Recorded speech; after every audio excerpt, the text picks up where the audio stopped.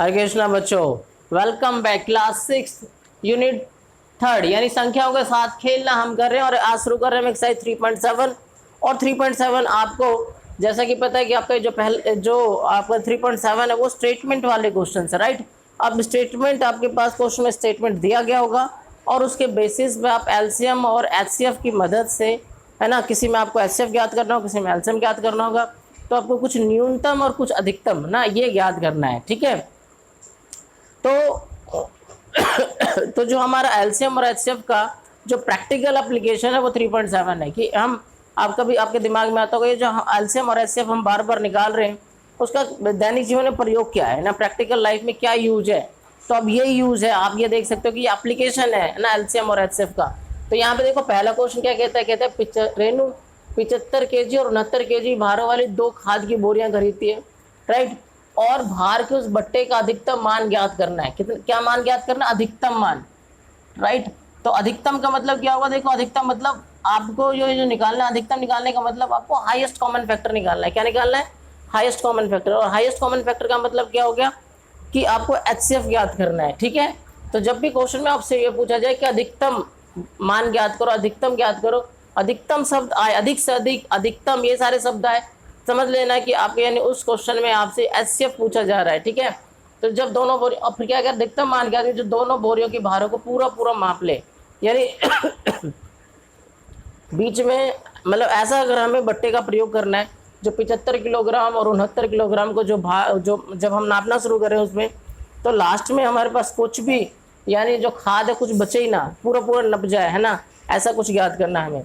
तो यहाँ पर हमें क्या इसका सॉल्यूशन हम क्या करेंगे, है ना। तो दोनों का हमें क्या करना पड़ेगा, एचसीएफ ज्ञात करना पड़ेगा, ठीक है। देखो यहाँ पर क्या 75 और यहाँ पे 69 है, ठीक है। तो यानी आप 75 का आप क्या करेंगे, अभाज्य गुणनखंड कर लो, 3 दूनी 6, 3 पंच 15, और ये क्या होगा 5 25, ठीक है। और यहाँ पे 69 भी आ रहा है आपके पास, 3 दूनी 6, 3 तिया 9, और आगे ये जाएगा नहीं। तो 75 और आपके पास यहाँ पर क्या होगा 3 गुना में 5 गुना में 5, है ना, यहाँ पे मिल गया। और 69 क्या हो गया आपके पास, ये 3 गुना में 23। तो इन दोनों के पास देखो कॉमन क्या आ रहा है ना, इन दोनों का जो मिल रहा है वही हाईएस्ट कॉमन फैक्टर होता है। 3 और 3 दोनों के पास मिल रहा है और कुछ भी नहीं मिल रहा, ठीक है ना। तो ये इसका जो एचसीएफ आ जाएगा, इसका जो एचसीएफ आएगा वो 3 आएगा, ठीक है ना। तो आप लिख सकते हो लास्ट में ये लिख सकते हो कि अतः भार के उस बट्टे का अधिकतम मान, भार के उस बट्टे का अधिकतम मान 3 kg है, 3 kg है, जो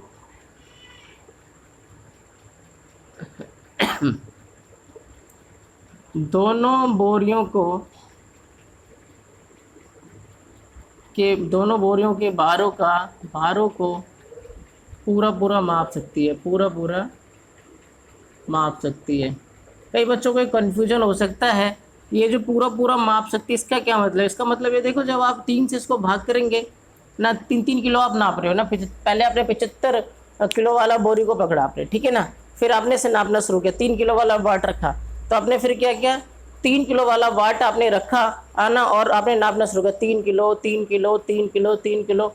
तो जब आप 25 बार नापेंगे तो ये पूरा पूरा जो बोरी है वो पूरा पूरा नप जाएगा, है ना, कुछ भी शेष नहीं बचेगा कि मान लो आधा किलो, 1.25 किलो, 1.5 किलो, ऐसा कोई शेष नहीं बचेगा और वो पूरा पूरा वो जो खाद है वो नप जाएगा। ऐसे ही आप जब 69 किलो वाला जो बोरी आप खोलेंगे और 3 किलो का बट आपने रख रखा है वजन में, अब 3-3 किलो नापना शुरू करेंगे, जो 23 बार आप नापेंगे तो 23 या 69 तो पूरा पूरा जो खाद है वो नप जाएगा, शेष कुछ भी नहीं बचेगा। यहाँ पे पूरा पूरा भार नापने का मतलब यही है और कुछ भी नहीं है, राइट। तो जब ऐसा कुछ क्वेश्चन, तो 2 बातें ध्यान रखनी है, अधिकतम मान निकल के आएगा तो आपको क्या बोलना है, अगर क्वेश्चन में पूछा अधिकतम तो आपको एचसीएफ याद करना है, अधिकतम या अधिक से अधिक बोल रहे तो आपको एचसीएफ याद करना है। और अगर किसी क्वेश्चन में बोलता है न्यूनतम या कम से कम तो आपको क्या याद करना है, एलसीएम याद करना है। जैसे दूसरा क्वेश्चन देखो आपका एलसीएम बेस्ड क्वेश्चन है, राइट। तो कहता है 3 लड़के है ना, 3 लड़के एक ही स्थान से एक साथ कदम उठाकर चलना आरंभ करते हैं। 3 लड़कों ने क्या किया, एक साथ खड़े हो गए और उन्होंने अपना कदम को उठाया, अपना पैर को उठाया, है ना, एक साथ पैर रखा हो तो पैर को एक साथ उठाया और एक साथ स्टार्ट बोलकर एक साथ रख दिया और चलना शुरू किया। अब तीनों लड़कों का जो कदम था वो कि एक लड़के का जो कदम था वो जब कदम उठाता वो 63 सेंटीमीटर कवर करता था, एक 70 और एक 77, है ना, 63, 70 और 77। और वो तीनों जब अलग अलग कदम से चलना शुरू करेंगे तो थोड़ी देर में वो अलग अलग हो जाएंगे, अलग अलग हो जाएंगे, राइट, क्योंकि एक छोटा कदम ले रहा है, एक बड़ा कदम ले रहा है। तो फिर उसके बाद कहता है इनमें से प्रत्येक कितनी कम से कम दूरी तय करे कि पूरे कदमों की वह दूरी पूरे कदमों में तय हो जाए, है ना। तो उनका न्यूनतम दूरी आपको बताना है, तो कितना दूरी तय करेगी, उनका जो वो न्यूनतम दूरी कि जब वो 63 सेंटीमीटर पर कदम के हिसाब से चले और 70 सेंटीमीटर पर कदम के हिसाब से चले और 77 सेंटीमीटर पर कदम के हिसाब से चले, तो जो दूरी है वो पूरा नप जाए, ये शेष ना बचे कि हाँ वो मतलब उस कदम से चले और पूरी दूरी नप जाए। ऐसा ना कि छोटा कदम लेना पड़े, बड़ा कदम लेना पड़े, या थोड़ा सा रह जाए और कदम ना लेना पड़े, इस तरीके से ना हो, पूरा वो दूरी नप जाए। तो इस क्वेश्चन में आप क्या देख रहे हो, ये क्वेश्चन में बोला गया न्यूनतम, तो यानी आपको ज्ञात करना पड़ेगा एलसीएम, है ना। तो अतः आप क्या करेंगे सॉल्यूशन में, तो ये जो दूरियां हैं ना, कदमों की दूरियां 63, 70 और 77 सेंटीमीटर, इसका आप क्या करेंगे, ले लेंगे आप एलसीएम। एलसीएम लेने का तरीका क्या होता है, ये होता है तरीका, है ना, आपको पता है एचसीएफ ज्ञात करने। अच्छा वैसे भी आप ज्ञात कर सकते हो, आप अगर एलसीएम ऐसे नहीं लेना तो अलग अलग भी ले सकते हो, ठीक है ना, लेकिन ये थोड़ा बेस्ट तरीका है और आपके बुक में आई होप कि यही वाला तरीका आपका दिखाया गया, ठीक है, एलसीएम लेने के लिए। तो ये किससे भाग हो रहा है, देखो 9 से सबके सब भाग हो रहा है, या 7 से भाग हो रहा है, 7 में 63, 7 दाएं के 70 और 7 एकम 7, 7 तो 11 12 में घट गया, तो 7 से ये तीनों के तीनों भाग हुआ। अब ये सब 9 10 11, अभी किसी एक पहाड़े में ये नहीं आता तो यहीं पे बात रुक जाएगा। अतः एलसीएम आप निकालेंगे यहाँ पर, है ना, तो एलसीएम क्या हो जाता है आपके पास पता है आपको कि ये इनका आपस में मल्टीप्लाई होता है, 7 गुना 9 गुना में 10 गुना में 11, ठीक है, तो इनका आपस में मल्टीप्लाई करा हमने। तो देखो यहाँ पे 7 3 63 और ये हो गया 110, 110 को गुना कर रहे हैं किससे, 63 से, है ना, तो 110 को कर रहे तो मैं 11 से गुना कर लेता हूँ, जो आएगा मैं लास्ट में 0 लगा दूंगा, 3 6 फिर 3 6 3 9 और 6, और ये जो 110 वाला 0 वो मैंने यहाँ लगा दिया, ठीक है ना। तो ये हो गया आपको 6930, है ना। अगर 6930 यानी 6930 सेंटीमीटर की दूरी अगर वो तय करे वो तीनों, तो अगर वो एक बच्चा जब वो 63 सेंटीमीटर के हिसाब से कदम से चल रहा है तब भी उसकी दूरी तय हो जाएगी, पूरा कदम कवर हो जाएगा। और अगर उसको 70 के हिसाब से चल रहा है तब भी उसका पूरा कदम तय हो जाएगा। और कोई 77 के हिसाब से कदम चल ले रहा है ना, 77 कदम के सेंटीमीटर के हिसाब से एक कदम ले रहा है तब भी वो पूरा, क्योंकि देखो ये जो संख्या है वो 63 से भी भाग होता है, 77 से भी भाग हो रहा है, 70 से भी भाग हो रहा है और 77 से भी भाग हो रहा है। आप भाग करके देख लेना तो आपको ये पता लगेगा कि जो एक ये ऐसी संख्या है ना, जो छोटे छोटे संख्या है जो 63 से ही भाग होता है, 70 से ही भाग होता है और 77 से ही भाग होता है।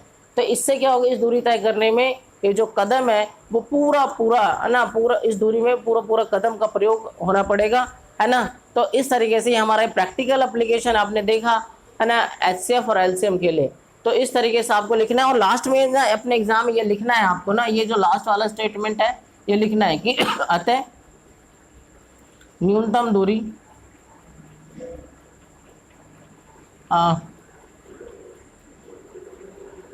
न्यूनतम दूरी 6930 सेंटीमीटर है, ठीक है ना, जिससे कि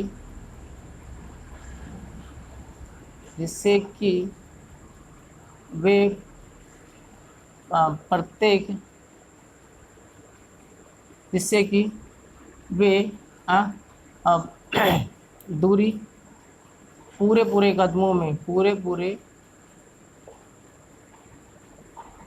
में तय कर लेंगे। इस तरीके से लास्ट में आपको लिखना है, ठीक है ना। तो ये जब आप लिख देंगे इस तरीके से तो फिर ये कंप्लीट क्वेश्चन हो जाएगा एग्जाम के दृष्टिकोण से। जो लास्ट में ये जो 2 लाइन लिख रहा हूँ यही बहुत इंपॉर्टेंट है, तो इनका ध्यान रखना आपको, ठीक है। तो आई होप ये दोनों क्वेश्चन आपको समझ में आया होगा, और अगर आया तो क्या करना है आपको, ये अपने दोस्तों को भी शेयर करना है ताकि उनको भी मदद मिल पाए, और इस चैनल के साथ बने रहना है। और अगर आप इस चैनल के साथ पहले से बने हुए तो आपका बहुत धन्यवाद, ठीक है, थैंक यू। मिलते हैं अगले वीडियो के साथ।